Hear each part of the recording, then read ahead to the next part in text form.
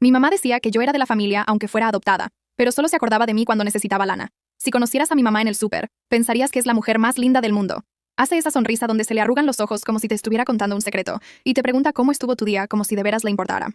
La gente la ama. Siempre la han amado. Yo antes pensaba que el problema era yo, como si mis ajustes estuvieran mal, y todos los demás tuvieran la versión correcta de ella. Me adoptaron cuando era chiquita. No me acuerdo de los papeles ni de los discursos sobre ser una bendición, o lo que sea que los adultos se dicen a sí mismos para sentirse héroes. Me acuerdo de la sensación de que me cargaran, del olor a ropa limpia, de la seguridad de tener un cuarto con una puerta que se cerraba. Por unos años, todo estuvo bien. No fue mágico, ni perfecto como en las películas, pero estuvo bien. Me daban de comer, me arropaban, me tomaban fotos haciendo cosas normales de niños y hacían como si importara. Y luego mi mamá se embarazó. Al principio ni siquiera entendía bien qué significaba eso. Solo sabía que todos empezaron a hablar como si la casa estuviera aguantando la respiración. De repente hubo citas con el doctor y listas en el refri y adultos susurrando como si yo estuviera dormida, aunque no fuera cierto. Mi papá llegaba a la casa con una emoción nerviosa en la cara, como si hubiera esperado algo toda su vida, y por fin estuviera pasando. Yo tenía 5 años, y ya estaba aprendiendo una lección a la que no sabía cómo ponerle nombre. Hay amores que vienen con condiciones que tú nunca aceptaste. Cuando nació mi hermana, fue como si alguien apagara las luces en mi parte de la casa, y luego se sorprendiera de que yo no pudiera ver. No eran crueles de forma dramática. Eran peores. Estaban distraídos. Estaban obsesionados con ella de una manera que me hacía sentir como una pieza de repuesto que venía en el paquete. Mi mamá la cargaba y la miraba como si se hubiera ganado un premio. Mi papá empezó a decirle, nuestro milagro. Nadie me decía así a mí. Nadie me dijo nunca nada parecido. Me esforcé muchísimo por ayudar. Traía los pañales. Me quedaba ahí parada con mis manitas estiradas como diciendo, ¿quieren que haga algo? Y mi mamá decía, ahorita no, Linda, sin siquiera mirarme. Linda. Como una etiqueta que le pones a una caja para no tener que abrirla. La primera vez que oí a mi mamá decirle a alguien, tuvimos la suerte de poder adoptar. Lo dijo como si fuera un hobby, como una cosita divertida que hicieron antes de tener a su hija de verdad. Yo estaba ahí sentada, en el piso de la sala, jugando con un juguete al que ya le faltaban piezas. Me acuerdo de haber pensado, ok, entonces esta es la nueva historia. Así es como van a hablar de mí. No como una hija, sino como un calentamiento. Para cuando iba en la primaria, el patrón ya se había secado como cemento fresco. Mi hermana respiraba y mis papás aplaudían. Ella dibujaba un monito de palitos y mi mamá lo pegaba en el refri como si fuera una pieza de museo. Yo traía una buena calificación y terminaba en la barra junto al correo. ¡Qué bien!, decía mi papá, dándose la vuelta. Como si la palabra no tuviera peso. Aprendí rápido que si quería atención, tenía que ser útil. Me volví la niña que se daba cuenta de todo. La niña que recogía sus propios platos sin que se lo pidieran. La niña que no causaba estrés. Odio esa frase. La odio tanto. A mi mamá le encantaba decirle a la gente lo independiente que era yo. Lo decía como si fuera un cumplido. No lo era. Era un mecanismo de defensa. Cuando intentaba pedir algo emocional, nunca salía bien. Si lloraba, mi mamá ponía cara de fuchi y decía, estás siendo dramática. Si me enojaba, decía, no sé por qué eres así. Como si yo fuera un aparato que ya venía descompuesto. Mientras tanto, mi hermana podía hacer un berrinche y mis papás se ponían a pensar en formas de hacerle la vida más fácil. Es que es sensible, decía mi papá. Ok. ¿Y yo qué era? ¿Un bloque de concreto? Mi hermana creció sabiendo que ella era el centro. Al principio ni siquiera tenía que ser mala a propósito. Solo absorbió el mensaje de que yo sobraba, que tenía suerte de estar ahí, que debía estar agradecida por cualquier sobra que cayera de la mesa. Ella agarraba mis cosas y mi mamá decía, ya, déjasela, no es para tanto. Nunca era para tanto cuando se trataba de mis sentimientos. Me quedaba viendo las fotos familiares e intentaba verme como los demás me veían. Ahí estaba yo, sonriendo, porque sabía que las fotos eran importantes. Mi mamá las subía a una aplicación de redes sociales y la gente ponía emojis de corazón y decía que éramos una familia hermosa. Yo leía esos comentarios como si fueran de alguien más, como si yo fuera una invitada que por casualidad salió en el encuadre. La peor parte, que no perdía la esperanza. Aunque me dijera a mí misma que ya no me importaba, aunque pretendiera que no me afectaba. Seguía haciendo cosas que eran básicamente audiciones emocionales. Miren, no doy problemas. Miren, ayudo mucho. Miren, soy digna de amor. No me di cuenta de lo humillante que era eso hasta que fui más grande. Para cuando llegué a la adolescencia, dejé de intentar ganármelos. No de una forma valiente o empoderada. Más bien, me cansé. Como si mi cuerpo por fin entendiera que estaba funcionando en ceros. Empecé a quedarme después de la escuela, a meterme a clubes, a hacer voluntariado, a buscar cualquier excusa para estar fuera de la casa. Mis papás ni cuenta se dieron. Eso te dice todo. En la prepa me volví experta en fingir. Podía reírme en la cena, contestar preguntas, hacer mis quehaceres y mantener mi corazón bajo llave como si fuera contrabando. Me iba a mi cuarto, ponía la música a todo lo que daba en unos audífonos baratos e imaginaba una vida donde no sintiera que constantemente estaba pidiendo permiso para existir. A mi hermana, obvio, le iba de maravilla. Deportes, amigos, atención, todo. Los maestros la amaban. Los papás de otros niños la amaban. Mi mamá amaba ser la mamá de la estrella. Se sentaba en las gradas y hablaba de mi hermana como si estuviera dando una conferencia de prensa. Si alguien preguntaba por mí, mi mamá decía, ah, Marisol es más tranqui. Y luego regresaba el tema a mi hermana de volada. Tuve una maestra de arte que sí me vio de verdad. Miraba mis dibujos como si importaran y decía cosas como, tienes voz propia. Yo ni sabía qué significaba eso. Solo sabía que me sentía menos invisible en su salón. Ella me animó a pedir becas y programas y cualquier cosa que me sacara de ahí. En la casa, nada de eso pegó. Me acuerdo de haberles dicho a mis papás que me aceptaron en un programa de verano chiquito en otro pueblo. No era nada lujoso. Solo era una oportunidad de estar con gente a la que le importaban las mismas cosas que a mí. Mi papá levantó la vista de su plato y preguntó, ¿cuánto cuesta? Esa fue toda su reacción. Mi mamá dijo, ya veremos, en ese tono que significa que no. Ni siquiera preguntaron de qué era el programa. Mi hermana entró 2 minutos después a anunciar que se quedó en un equipo, y de repente ya estábamos comiendo postre y todos aplaudían. Me quedé ahí masticando como un robot, preguntándome cómo una persona puede estar tan presente y aún así no ser vista. Empecé a ahorrar dinero a escondidas, no para algo dramático, solo para sobrevivir. Cuidé niños, hice chambitas para los vecinos, agarraba el efectivo y lo escondía adentro de un cuaderno viejo como si estuviera en una película de espías de bajo presupuesto. Lo sé, suena ridículo, pero cuando creces sintiendo que eres desechable, empiezas a planear rutas de escape desde temprano. Cuando cumplí 18 años, no hice un gran anuncio, no azoté puertas, no di un discurso. Empaqué mis cosas en un par de maletas, subí todo al carro y me fui a una ciudad a unas horas de distancia, donde me habían aceptado en una universidad pública. Mi mamá me abrazó en la puerta y me dijo, toma buenas decisiones, como si me fuera a dedicar a los crímenes. Mi papá me dio una palmadita en el hombro como si fuera una compañera de trabajo. Mi hermana apenas levantó la vista del cel, y manejé con las manos temblando en el volante porque, por primera vez, el aire sentía que me pertenecía a mí. La universidad no fue un cambio de imagen de cuento de hadas. No llegué al campus y me convertí en una persona nueva al instante. Seguía siendo yo. Seguía saltando cuando la gente alzaba la voz. Seguía pidiendo perdón por todo. Me seguía sintiendo culpable cuando alguien hacía algo lindo por mí, como si tuviera que pagarlo con mis órganos. Pero tenía espacio. Tenía distancia. Tenía un cuartito con una cama barata y un escritorio y una roomie que no sabía la historia de mi familia, y solo eso ya se sentía como medicina. Trabajé todo el tiempo, en servicios de comida, en oficinas del campus, en lo que saliera. Era agotador, pero era mío. Pagaba mi renta.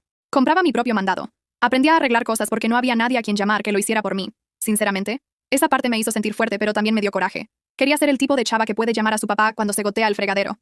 En vez de eso, veía videos en internet y una vez lloré en el piso, y luego lo arreglé de todos modos. Mantuve contacto con mis papás porque pensé que eso es lo que se hace, no porque me hiciera sentir bien. Las fiestas eran este teatro raro donde mi mamá actuaba como si fuéramos cercanas y mi papá asentía, y mi hermana andaba por ahí como si estuviera haciendo una obra de caridad con solo estar en el mismo cuarto que yo. Regresaba a mi depa después, y sentía que había estado aguantando la respiración por días. Después de la universidad, conseguí un trabajo estable en una oficina. Nada del otro mundo, solo algo seguro. Me gustaba que fuera predecible. Me gustaba que me pagaran a tiempo. Me gustaba poder comprar mis propios muebles sin pedir permiso. Construí una vida que era tranquila y normal y mía. Hice amigos. Fui a una cafetería y me volví cliente frecuente. Tenía rutinas que no incluían andar con pies de plomo. Y entonces conocí a mi novio. No era pretencioso. No era el tipo de güey que intenta impresionar a la gente con historias grandes o seguridad falsa. Era estable. Escuchaba. Hacía preguntas y de verdad esperaba la respuesta. La primera vez que le conté algo de mi familia, me preparé para las reacciones de siempre. O incredulidad o lástima. En vez de eso, solo dijo, eso suena doloroso. Como si no estuviera intentando arreglarlo. Solo lo estaba reconociendo. Lloré en mi carro después porque, al parecer, la empatía básica es mi debilidad. Anduvimos 2 años antes de comprometernos. Y sí, yo estaba aterrada. No por él. Por la idea de juntar a las familias. Por la idea de hacerlo oficial. Por la idea de que mis papás hicieran algo raro en la boda y la arruinaran. Mi novio me prometió que podíamos hacer lo que me hiciera sentir segura. Que podía ser algo chiquito. Que podíamos fugarnos. Que podíamos saltarnos el drama familiar. Lo dijo como si de veras lo sintiera. Así que imaginen mi confusión cuando, de la nada, mi mamá empezó a llamarme. O sea, llamar de verdad. No solo un mensaje de feliz Navidad. No solo un mensaje de cumpleaños que se sentía copiado y pegado. Llamadas de verdad. Preguntas de verdad. Interés de verdad.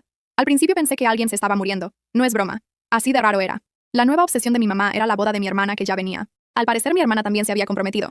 Yo ni sabía que estaba saliendo con alguien en serio. Ahí se ve qué tan unidas éramos. Mi mamá llamó y dijo, te necesitamos involucrada. Necesitamos, no queremos, necesitamos. Como si yo fuera una herramienta en un cajón que se les había olvidado. Y de repente se acordaron. Intenté actuar normal. Dije, ok. ¿Qué tipo de ayuda? Y mi mamá soltó una risita y dijo, no seas rara, eres familia. Esa palabra me pegó como una cachetada. Familia. ¿Dónde estaba esa palabra cuando era niña? ¿Dónde estaba cuando cenaba en silencio mientras ellos alababan a mi hermana solo por existir? Mi prometido, ese hombre dulce y optimista, dijo, tal vez esta es una oportunidad para sanar. Lindo él, de veras. Pero pues, no. Le dije que lo iba a pensar. Me dije a mí misma que iba a poner límites. Me dije que no me iba a hacer ilusiones. Spoiler. Me hice ilusiones de todos modos, porque soy humana y quería eso. Quería que me quisieran. Así que dije que sí. Dije que ayudaría. Y de repente me empezaron a invitar a cosas. Llamadas sobre el salón. Mensajes sobre colores y flores y horarios.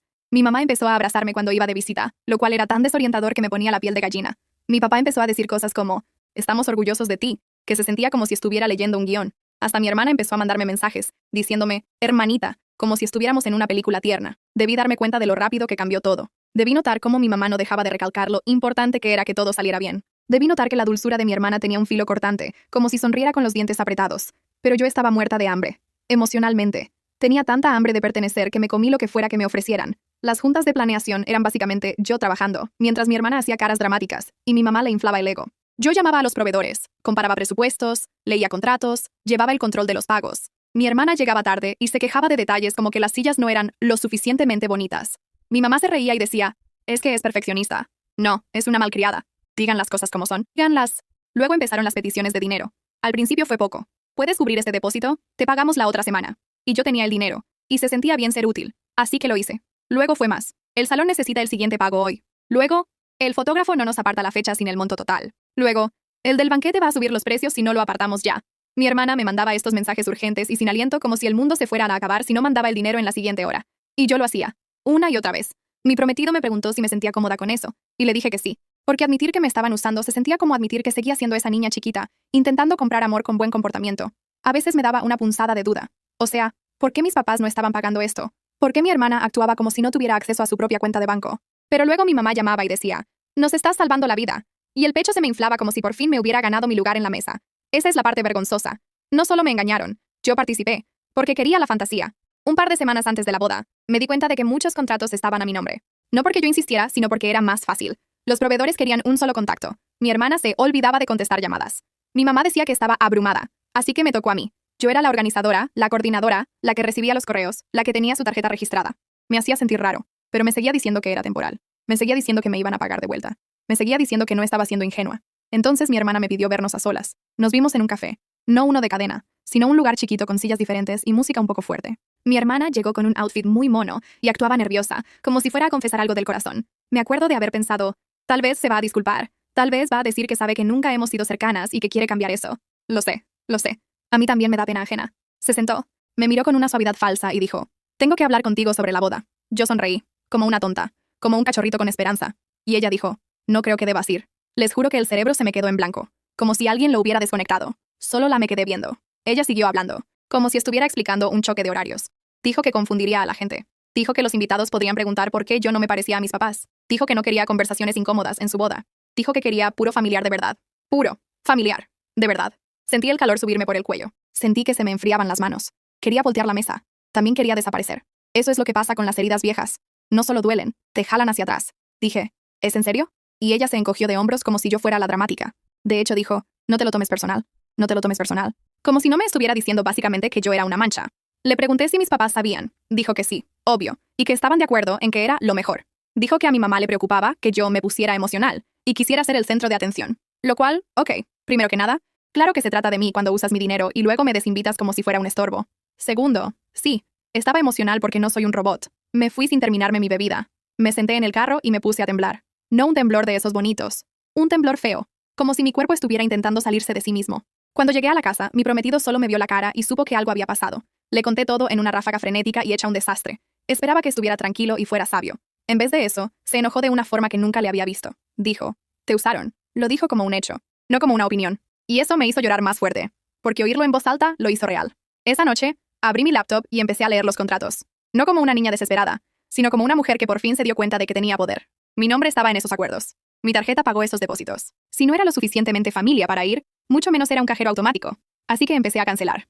No lo hice como en un video dramático de venganza. Lo hice como la gente normal hace las cosas que dan miedo, con un hueco en el estómago, una taza de café frío y una voz en mi cabeza diciendo, ¿estás segura? ¿Estás segura? ¿Estás segura? Llamé primero al salón. Fui educada. Pregunté por la política de cancelación. La persona que me atendió sonaba cansada, como si ya hubiera oído todas las tonterías familiares posibles. Confirmó que el contrato estaba a mi nombre. Confirmó que el saldo restante todavía no se pagaba. Confirmó que podía cancelar. Había una penalización. No me importó. Dije, cancélelo. Luego llamé al del banquete. Lo mismo. Al decorador. Al de las sillas y manteles. Al fotógrafo. Uno por uno. Cancelé. Algunos depósitos no se podían recuperar. Otros eran reembolsables en parte. Llevé el control en una hoja de cálculo como si estuviera en el trabajo, porque si me permitía sentir todo lo que sentía, me daban ganas de vomitar. Una parte de mí se sentía culpable, como si estuviera arruinando la boda de mi hermana, y luego me acordaba de su cara, tranquila y arrogante, diciéndome que no fuera, y la culpa se quemaba para convertirse en algo más afilado. Yo no estaba arruinando nada. Me estaba negando a financiar mi propia humillación. No le dije a mi familia. No al principio. Quería que se enteraran de la forma en que yo me enteré de que no pertenecía. De repente. Con dolor y sin aviso. Pasó menos de un día para que empezaran las llamadas. El primer mensaje de voz de mi mamá fue un pánico agudo, donde repetía mi nombre como si fuera un hechizo. Luego llamó otra vez, y otra vez, y otra vez. Mi hermana me mandó mensajes que empezaban con ¿qué hiciste? Y escalaban a párrafos gritando llenos de culpas e insultos. Mi papá mandó un solo mensaje. Háblale a tu mamá. Como si yo tuviera 12 años. No contesté. Me senté en mi sillón con el celular vibrando de esta edad y sentí una calma rara, como si mi cuerpo por fin se estuviera alineando con mis decisiones, como si la parte de mí que había estado intentando ganarse su amor se estuviera echando una siesta, y la parte adulta estuviera al volante. Eventualmente contesté cuando llamó mi mamá, más que nada porque quería oír cómo intentaba justificarlo. Se fue directo al grano. ¿Cómo pudiste hacerle esto a tu hermana? Lo dijo como si yo hubiera chocado un carro. Dije, ¿cómo pudiste desinvitarme después de agarrar mi dinero? Silencio. Luego soltó un suspiro de asombro falso, como si no pudiera creer que yo dijera eso. A mi mamá le encanta actuar como si estuviera en shock cuando le dices en su cara lo que está haciendo. Intentó voltear las cosas. Dijo que mi hermana estaba estresada. Dijo que fue un malentendido. Dijo que yo estaba exagerando. Luego hizo la jugada clásica. Me recordó que era adoptada, como si se me hubiera olvidado, y dijo que me habían dado un hogar. De hecho, dijo, después de todo lo que hemos hecho por ti, como si darle techo a un niño fuera un favor. Mi hermana se metió al teléfono en algún punto, gritando. Dijo que yo tenía envidia. Dijo que estaba intentando arruinar su felicidad. Dijo que yo siempre era amargada y rara. Dijo que yo era una invitada en la familia y que me estaba portando como una exigente. Una invitada. Después de que pagué la mitad de la boda. Claro. Colgué. Los bloqueé por esa noche. Dormí del nabo de todos modos. En las siguientes semanas, me enteré por una prima lejana, no cercana, solo conectada, que mi hermana sí se casó. Pero fue algo más chico, a las carreras, hecho un relajo. La gente se dio cuenta. La gente chismeó. Mi mamá estaba avergonzada. Mi hermana estaba furiosa. Y en vez de aprender la lección, decidieron que yo era la villana de su historia. Obvio. Pensé que ya se había acabado. No fue así. Porque cuando pones un límite con gente que sobrevive violándolos, no lo aceptan. Se vengan, se desesperan, se ponen creativos. Mi hermana decidió que si no podía tener mi dinero, me iba a quitar la paz. 3 semanas después de cancelarlo de la boda, tenía una cruda rara. No de la de me pasé de fiesta, de la emocional. Estaba en el trabajo, viendo mi bandeja de entrada, y de repente el pecho se me apretaba como si fuera a llorar por nada. Luego me enojaba conmigo misma por casi llorar, lo que me daba más ganas de llorar. Un ciclo súper sano. Sí, ya vi la ironía. También tuve que lidiar con la parte financiera. La gente asume que cancelar significa que te regresan todo. No es cierto. Algunos depósitos se perdieron para siempre. Podía pagarlo, técnicamente, pero dolió. No porque extrañara el dinero, sino porque era la prueba. La prueba de que había pagado por mi propio rechazo. Esa es una frase asquerosa, pero es la verdad. Me apreté el cinturón un tiempo. Dejé de comprarme lujitos, cociné más en la casa, trabajé horas extra cuando pude. No porque necesitara sobrevivir, sino porque quería sentir que tenía el control otra vez. Odiaba que la avaricia de mi hermana hubiera tocado mi presupuesto, aunque fuera temporalmente. Como si hubiera dejado sus huellas digitales en mi vida. Mi prometido intentaba hacerlo más ligero. Bromeaba diciendo, mírate, tu historia de origen como villana es hacer presupuestos. Y yo me reía porque era chistoso, pero también porque me daba permiso de no derrumbarme por la vergüenza. Nos sentábamos en el sillón con comida para llevar y hablábamos de lo que pasó como si estuviéramos analizando una serie rara, excepto que era mi infancia real. Ahí fue cuando por fin empecé a ir a terapia. Lo había evitado por años porque pensaba que la terapia era para gente con problemas de verdad. Como si haber sido ignorada emocionalmente casi toda tu vida fuera solo un rasgo de personalidad curioso. Mi terapeuta era una mujer tranquila que no reaccionaba de forma dramática, lo cual, la neta, fue la primera buena señal. Me dejó hablar. No me carrereó. No me dijo que perdonara a nadie. Solo seguía preguntando, ¿qué necesitabas en ese entonces? Y, ¿qué necesitas ahora? Y yo me quedaba parpadeando como si fueran conceptos totalmente nuevos. Me di cuenta de que me había pasado casi toda la vida intentando merecer que me cuidaran. La terapia fue el primer lugar donde practiqué recibir cuidados sin tener que actuar para ganármelos. Unos meses después, mi prometido llegó del trabajo y se veía raro. No raro de tuve un mal día. Más bien raro de estoy intentando no enseñarte algo que te va a doler. Se sentó junto a mí, me dio su cel y dijo, me llegó un mensaje. Era de mi hermana. Consiguió su contacto, no sé cómo. Seguro por mi mamá. Les encanta andar de mañosas como si fuera un deporte. El mensaje era largo y dramático. Escribía como si me estuviera haciendo un favor. Decía que no quería meterse, pero que no podía quedarse callada. Juraba que tenía pruebas de que yo le había puesto el cuerno. Adjuntó una foto vieja mía en una fiesta de hace años, de antes de conocer a mi prometido, con un texto que insinuaba que era de hace poco. Hasta le puso fecha, como si estuviera escribiendo un reporte policial. Era casi impresionante lo segura que estaba de su mentira. Lo leí, y sentí que esa humillación vieja subía otra vez. No porque pensara que mi prometido le iba a creer. No le iba a creer, sino porque mi hermana todavía estaba metiendo la mano en mi vida como si tuviera la llave. Todavía estaba intentando hacerme sentir chiquita.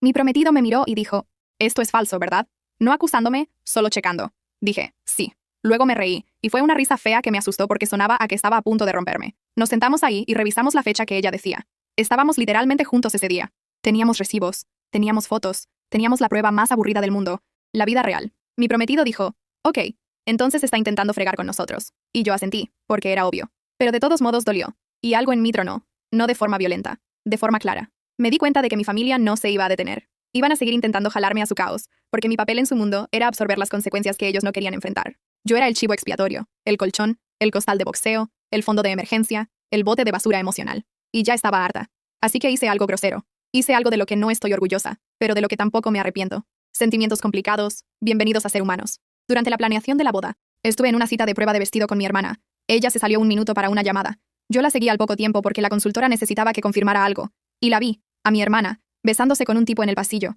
No era su prometido. Un tipo que yo no conocía. No fue un piquito. Fue un beso de esos intensos, pegados a la pared. Me quedé helada, y luego hice la cosa más zafada. Saqué mi cel y tomé una foto. No porque tuviera un plan, porque mi cuerpo se movió antes que mi cerebro. como si estuviera juntando evidencia de un caso que no sabía que tendría que defender. Nunca la había usado. Ni siquiera lo había mencionado. Me dije que no era asunto mío.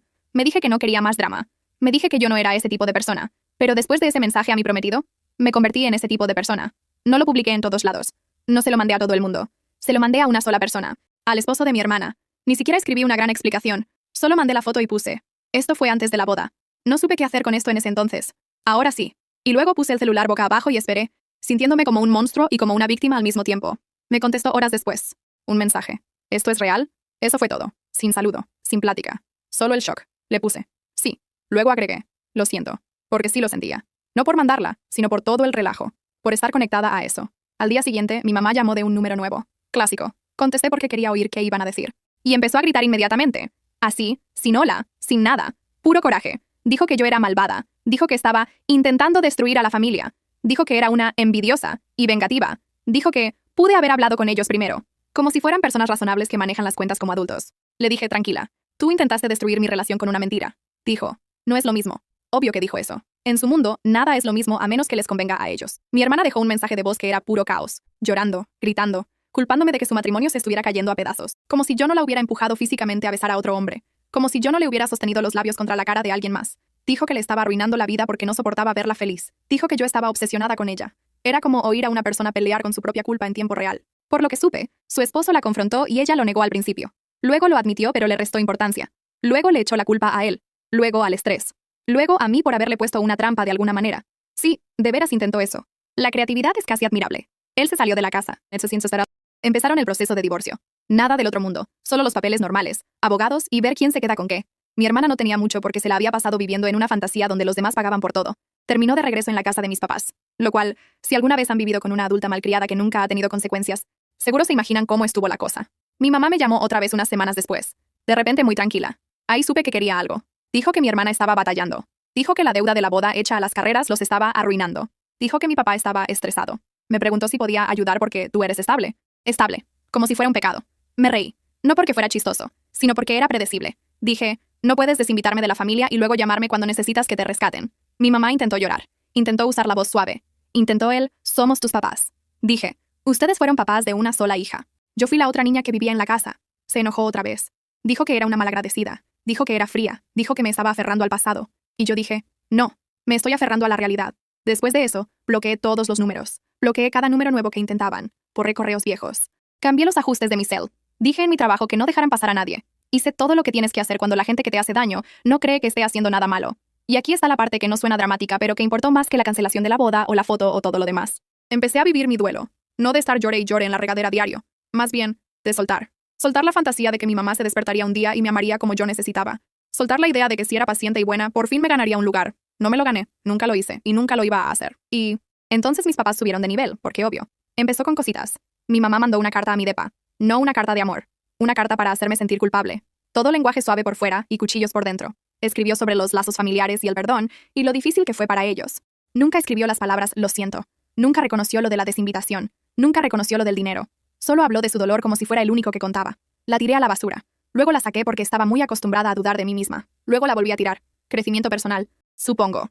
Una semana después, mi papá se apareció en mi puerta. Se me bajó la presión cuando lo vi por la mirilla. No lo había visto a solas en años. Se veía más viejo, cansado, como si la vida por fin le hubiera pedido algo, y él no supiera qué hacer. Abrí la puerta pero no lo invité a pasar. Se quedó ahí parado medio raro con las manos en los bolsillos y dijo, tu mamá está preocupada. Casi me río. Tu mamá está preocupada. Como si mi mamá fuera un fenómeno del clima al que todos tuviéramos que adaptarnos. Dije, ¿qué quieres? Se vio ofendido, como si yo hubiera roto alguna regla. Dijo, solo queremos hablar. Dije, pues habla. Se aclaró la garganta y dijo que mi hermana estaba batallando para hallar chamba. Dijo que estaban batallando con las cuentas. Dijo que la deuda era seria. Dijo, pensamos que tal vez podrías ayudar, solo en lo que se acomodan las cosas. Me quedé viéndolo y me di cuenta de que me estaba pidiendo que mantuviera a la hija que siempre escogieron antes que a mí. Otra vez. Aún después de todo. Aún después de que me dijeran que no era familia de verdad. Sentí que me subía ese coraje viejo, pero mantuve la voz tranquila. Dije, ¿por qué ayudaría? Dijo, porque somos familia. Ahí estaba otra vez. Esa palabra usada como una llave que podían meter en cualquier cerradura. Dije, no. Una sola palabra. Tranquila, final. Frunció el ceño. Dijo, estás siendo terca. Dije, estoy cuidándome. Dijo, estás haciendo esto más grande de lo que es. Dije, ustedes lo hicieron grande cuando dejaron que ella me usara y me desechara. Puso cara de duro y dijo, tú siempre guardas rencores. Y algo en mí simplemente se quedó en silencio. Porque esa frase explicaba toda mi infancia. Ellos no veían patrones. Veían quejas, no veían daño, veían inconveniencias. Le dije que se tenía que ir. Se quedó ahí parado como esperando a que cambiara de opinión. No lo hice. Se fue sin abrazarme, sin decir adiós, sin nada. Solo caminó de regreso a su carro como si hubiera cumplido con su deber. Después de eso, empecé a recibir mensajes de parientes lejanos, no gente cercana, solo conocidos. Tus papás tienen el corazón roto. Tu hermana está sufriendo. Solo tienes una familia. Parecía un guión que todos leían. Nadie preguntó qué pasó. Nadie quería detalles. Solo querían que yo regresara a mi papel. Aprendí a dejar de dar explicaciones. Explicar invita al debate. Yo ya no iba a debatir mi propio dolor. Mientras tanto, mi hermana se fue de picada. Se seguía haciendo cuentas nuevas en una aplicación de redes sociales para mandarme mensajes. Mandaba estos chorizos dramáticos alternando entre rogarme e insultarme. Un día decía, te extraño, no fue mi intención. Y al siguiente, eres una miserable y te lo mereces. Era agotador. También era medio triste. Porque nunca había desarrollado ningún músculo emocional que no fuera la manipulación. Mi prometido sugirió que nos mudáramos. No como de huir, sino cambiarnos de depa. Empezar de cero. Y odié que tuviera que ser así. Odié que mi familia todavía pudiera influir en mis decisiones. Pero también quería paz. Así que nos cambiamos al otro lado de la ciudad. Edificio nuevo. Rutinas nuevas. Una nueva sensación de anonimato. Por un ratito, todo estuvo más calmado. Y luego mi mamá intentó un nuevo ángulo. Se enfermó. Cuando mi mamá dejó un mensaje de voz diciendo que estaba en el hospital, mi primera reacción no fue de preocupación. Fue de sospecha. Seguro suena horrible, pero es la verdad. La gente que usa las emociones como armas hace que dudes de cada emergencia. No le hablé de inmediato. Me quedé ahí, viendo el cel, sintiendo que se me revolvía el estómago. Mi prometido dijo, ¿y si es de verdad? Y yo dije, mi prometido dijo, ¿y si es de verdad? Y yo dije, ¿y si no? Porque así era mi vida, siempre calculando el riesgo. Un día después, mi papá mandó un mensaje. La están evaluando. Es serio. Mi cerebro hizo eso de pasar por todos los escenarios de culpa. O sea, si se muere y no fui, ¿me voy a arrepentir? ¿Me voy a odiar? ¿La gente me va a echar la culpa? ¿Yo me voy a echar la culpa? Era como estar encerrada en un cuarto con un montón de versiones de mí misma gritando. Así que fui. No sola. Mi prometido fue conmigo y se quedó esperando en la entrada porque no confiaba en mí misma para no dejarme jalar otra vez al relajo. Mi mamá estaba en una cama con esa luz dramática de hospital que hace que todos se vean frágiles. Se veía más chiquita, cansada, despeinada. Por un segundo, sentí ese instinto viejo de cuidarla, aunque ella nunca me hubiera cuidado a mí de la forma que importaba. Entré y empezó a llorar luego. No un llanto bajito, un llanto de actuación, como si estuviera audicionando. Dijo, no pensé que vendrías. Dije, aquí estoy. Me agarró la mano y dijo, solo quiero recuperar a mi familia. Y yo quería decirle, ¿a cuál familia? ¿A la que construiste alrededor de mi hermana? ¿De la que me desinvitaste? Pero no lo hice. Solo me quedé ahí sentada, tiesa. Un doctor entró después y explicó que no era algo mortal. Era de susto, pero controlable. Mi mamá iba a necesitar citas de seguimiento y cambios en su estilo de vida y todas esas cosas normales. Sentí alivio. Luego me dio coraje conmigo misma por sentir alivio. Porque qué pinche latigazo emocional sentir eso por una mujer que te trató como un mueble. Antes de irme, mi mamá dijo, ¿podemos empezar de cero? Y casi me río porque, ¿empezar de cero? Como si estuviéramos reiniciando un cel. Como si décadas de comportamiento se pudieran borrar con una escena dramática en una cama de hospital. Dije, no sé. Esa era la verdad. No sabía qué hacer con ella. No sabía cómo ser hija de alguien que solo se acordaba de mí cuando necesitaba algo. Por unas semanas después de eso, mi mamá se portó bien. Mandaba mensajes educados. Preguntaba cómo estaba. No pedía dinero. No hablaba mucho de mi hermana. Se sentía sospechosamente tranquilo. Pero también se sentía como que tal vez, solo tal vez, el miedo la había ablandado. Luego, una tarde, llamó y preguntó si podía ir para hablar como familia. Esa frase me dio escalofríos, pero acepté, porque al parecer me gusta el riesgo emocional como si fuera un hobby. Cuando entré a la casa de mis papás, mi hermana estaba ahí, sentada en el sillón como si fuera la dueña, viendo su cel, sin siquiera fingir que estaba nerviosa. Mi mamá me miró con una cara de esperanza, como si esperara que nos abrazáramos y lloráramos y sanáramos. Mi papá estaba en la cocina haciéndose el ocupado. Mi hermana levantó la vista y dijo, ¿entonces, viniste a pedir perdón? Pedir perdón. Como si yo fuera la que mintió. Como si yo fuera la que usó el dinero de alguien y luego lo desinvitó. Sentí que se me calentaba la cara. Dije, ¿perdón de qué? Soltó una sonrisita burlona y dijo, por arruinarme la vida. Ahí estaba. Toda su visión del mundo. Las consecuencias son culpa de los demás. Mi mamá se metió rápido, intentando calmar las cosas. Hay que estar tranquilos, dijo, como si ella no fuera la que armó este desmadre. Mi papá por fin habló y dijo, tenemos que seguir adelante. Seguir adelante. Otra de sus frases favoritas. Traducción. Deja de incomodarnos con tu realidad. Me di cuenta en ese momento de que el susto del hospital no los había cambiado. Solo les recordó que necesitaban a su chivo expiatorio de vuelta en su lugar. Y algo en mí simplemente cerró la puerta. Me levanté y dije, ya me voy. Mi mamá lloró. Mi papá suspiró. Mi hermana puso los ojos en blanco. Nadie pidió perdón. Nadie se hizo responsable. Nadie dijo, estuvimos mal. Me salí y sentí que por fin me estaba eligiendo a mí misma de una forma que no había hecho antes. No de una forma dramática de, soy una nueva yo. De una forma callada de, ya no voy a hacer esto. Pero mi hermana no había terminado. Encontró una nueva arma. Mi trabajo.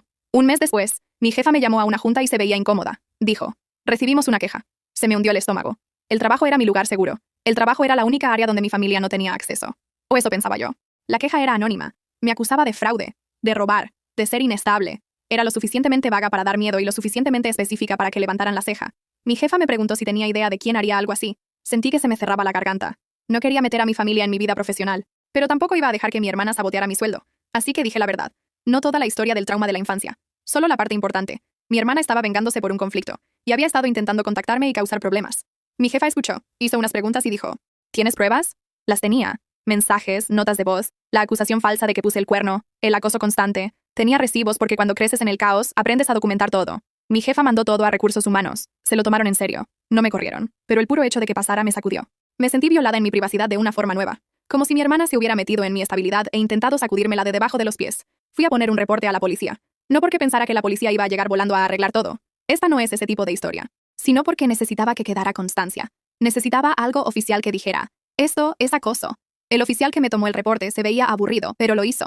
Me dio un número de caso. Me dijo que documentara todo. Yo estaba como, señor, llevo documentando todo desde que tengo 5 años. Luego fui al juzgado y pedí una orden de restricción. No fue una saga legal complicada. Solo una petición simple y básica. Deja de hablarme. Deja de aparecerte. Deja de fregar mi vida. Tenía evidencia. Tenía los mensajes. Tenía lo de la queja en mi chamba. Tenía el reporte. Fue suficiente. Cuando le entregaron la notificación a mi hermana, explotó. Se apareció en el estacionamiento de mi edificio gritando. Mis vecinos veían por las ventanas como si fuera entretenimiento gratis. Yo me quedé detrás de mi puerta y le hablé a la policía. Me temblaban las manos, pero la voz me salió firme. Cuando llegó la patrulla, mi hermana intentó llorar y actuar como si yo fuera la agresora. Dijo que yo la estaba acosando al arruinar su matrimonio. Dijo que yo estaba obsesionada. Dijo que yo estaba inestable. El oficial vio los papeles, la vio a ella y le dijo que se fuera. Se fue gritando que todo era muy injusto. Mi mamá llamó después y dijo que estaba llegando demasiado lejos. Obvio que dijo eso. Me aprobaron la orden de restricción. Mi hermana tenía que mantenerse lejos. Tenía que dejar de hablarme. Tenía que dejar de mandar gente por mí. En el papel era un alivio.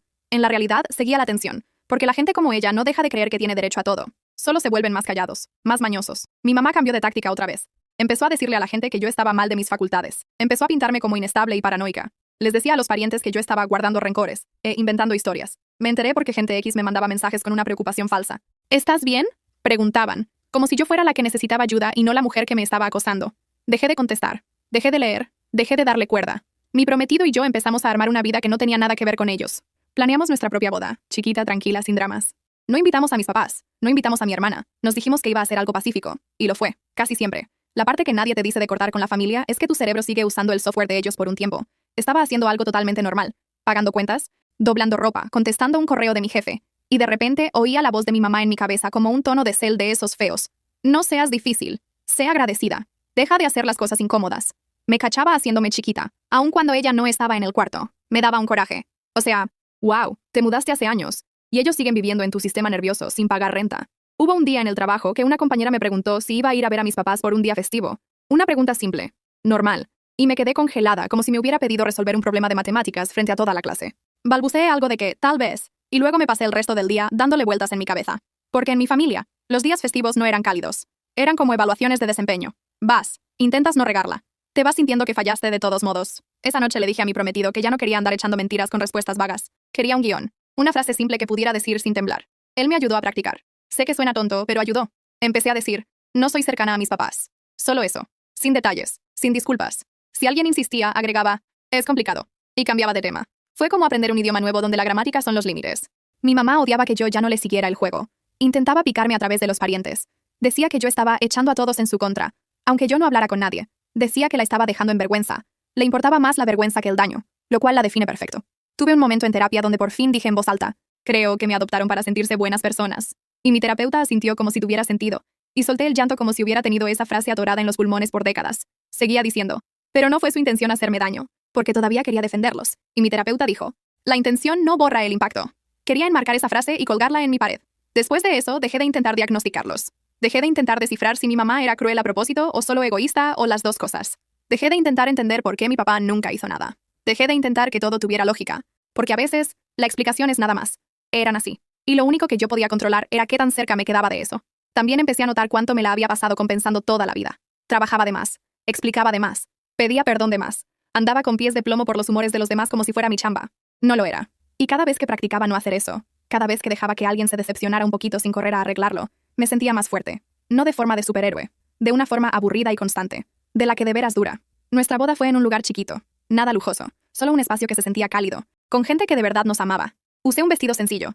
Mi prometido se veía nervioso de forma tierna. Mis amigos andaban por ahí como abejitas protectoras. Me seguía diciendo, esto es mío. Este no es su escenario. Entonces, justo antes de la ceremonia, Una de mis amigas corrió hacia mí y dijo, hay una mujer afuera preguntando por ti. Ya sabía. Se me cayó el alma a los pies. Salí y ahí estaba ella, mi mamá, parada cerca de la entrada como si perteneciera ahí. Tenía esa expresión de herida en la cara. Traía una bolsita como si trajera un regalo. Se veía como si estuviera intentando parecer inofensiva. Pude sentir que mi cuerpo entraba en ese modo de la infancia. Prepárate, maneja la situación, sobrevive. Dijo mi nombre con esa voz suave y dijo, solo quería verte. Dije, no puedes estar aquí. Dijo, soy tu madre. Dije, estás invadiendo propiedad privada. Me temblaba la voz, pero lo decía en serio.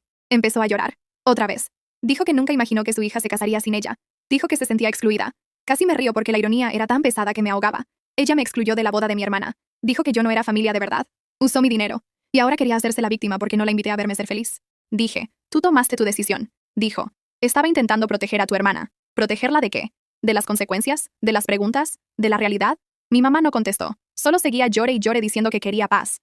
Le dije que se tenía que ir o iba a llamar a la policía. Se vio sorprendida, como si yo fuera la cruel. Dijo, ¿el día de tu boda?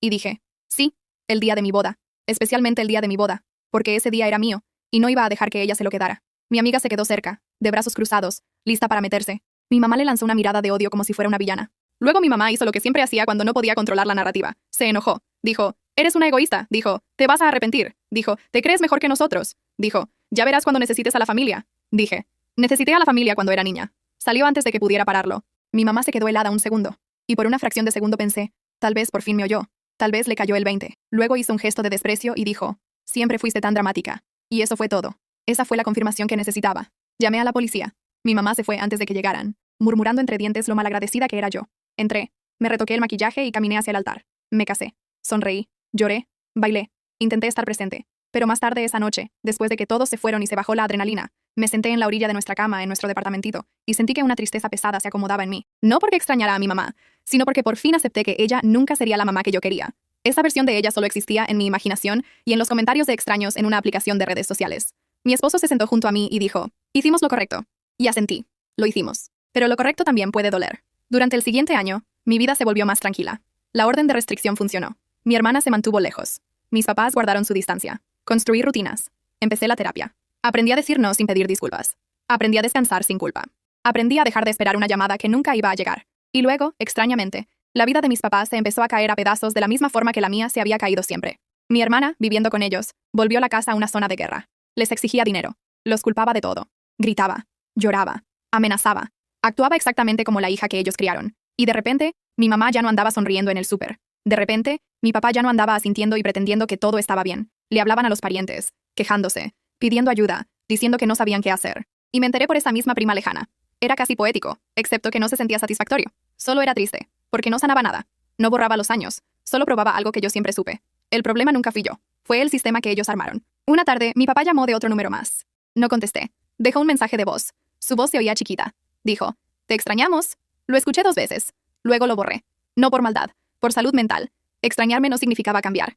Extrañarme solo significaba que querían a la versión de mí que les hacía la vida más fácil. Como un año después de la orden de restricción, me invitaron a la fiesta de cumpleaños de un primo. No un primo cercano, más como de, compartimos unos tíos y nos vemos cada 1000 años. Casi no voy, porque no quería encuentro sorpresa, pero mi esposo dijo, nos podemos ir cuando tú quieras. Eso importaba. Saber que tenía una salida importaba. La fiesta fue en un salón comunitario rentado con sillas plegables y una mesa llena de comida. Muy normal. Muy de gente como nosotros. De hecho, estaba relajada la primera media hora, lo cual debió ser una señal de que algo venía. Les juro que cada vez que me relajo, el universo dice, ¡qué ternura! Mi mamá no estaba. Mi papá no estaba. Mi hermana no estaba. Empecé a pensar que tal vez esto era seguro. Luego una pariente mayor me acorraló cerca de los refrescos y dijo, tu mamá está destrozada. Sin saludo. Sin, ¿cómo estás? Directo a la culpa. Sentí que apretaba la mandíbula. Dije, no voy a hablar de eso. La pariente parpadeó como si no entendiera. Dijo, pero es tu madre. Dije, sí. La pariente se quedó esperando, como si eso fuera a hacerme doblar las manos. No lo hice. Intentó otra vez.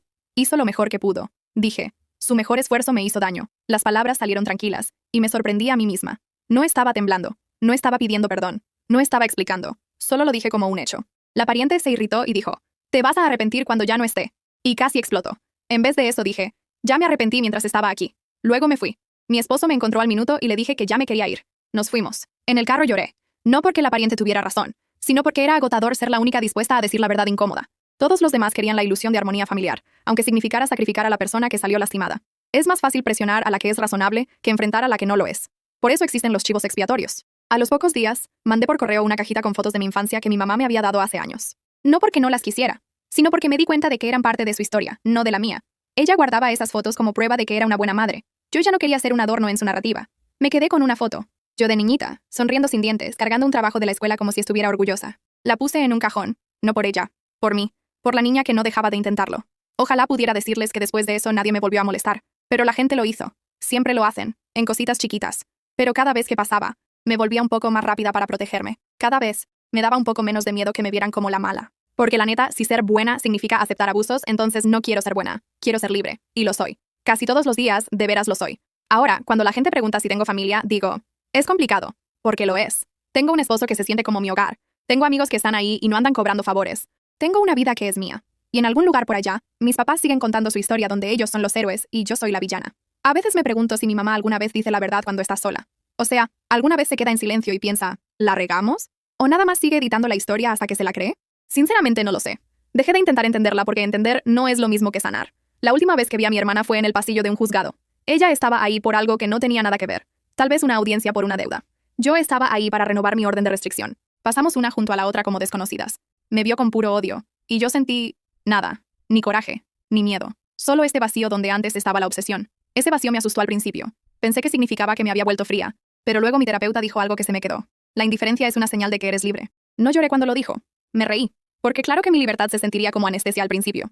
Había estado viviendo en el ruido emocional por tanto tiempo que el silencio se sentía antinatural. Todavía tengo mis momentos. Como cuando veo a una mamá peinando a su hija en la calle. O cuando alguien habla de que su hermana es su mejor amiga. Siento ese piquete de dolor. No envidia exactamente. Más bien el duelo por una infancia que no tuve. Me dejo sentirlo ahora. No me avergüenzo. No pretendo que estoy por encima de eso. A veces también me enojo conmigo misma por haber caído en la trampa de la boda. Por mandar el dinero. Por creerme los abrazos. Por tener esperanza. Pero luego me acuerdo. La esperanza no es un defecto de carácter. Solo es peligrosa cuando se la das a gente que no se la merece. Mi esposo y yo hablamos de tener hijos algún día. Esa idea antes me aterraba porque me daba miedo repetir patrones que no entendía del todo. Pero ahora siento otra cosa. Determinación. O sea, ok, ya aprendí lo que no se debe hacer. Ya aprendí lo que no es el amor. Y puedo elegir mejor. No tengo un final dramático para ustedes. Nadie recibió una disculpa perfecta. Nadie tuvo un gran cambio de corazón. Mi mamá no se volvió consciente de sí misma de repente. Mi papá no se le puso al brinco. Mi hermana no aprendió la humildad. La vida no amarró todo con un moñito. Lo que sí tuve fue algo más tranquilo. Tuve paz. Tuve un hogar donde no siento que estoy audicionando. Tuve un matrimonio que se siente como un equipo, no como sobrevivencia. Tuve la capacidad de decir no y sostenerlo, y luego ir a hacer la cena como si fuera algo normal. Y tal vez ese es el final de verdad. No el perdón, no la venganza. Solo yo, viviendo por fin como si perteneciera a mi propia vida. Si están esperando que diga que nunca los extraño, no lo voy a decir. A veces sí, no a ellos como son, sino a la idea de ellos. A la familia que seguí intentando armar con puros pedazos. Esa parte de mí todavía existe. Está más chiquita ahora. No es la que manda, pero ahí está. Cuando aparece, hago lo que debieron dejarme hacer de niña. La consuelo. Le digo que no era demasiado. Le digo que no era una invitada. Le digo que se merecía algo mejor. Luego pongo mi cel en silencio. Abrazo a mi esposo y sigo con mi día. Porque lo mejor que hice por mí misma no fue cancelar una boda o exponer una mentira. Fue elegir no regresar.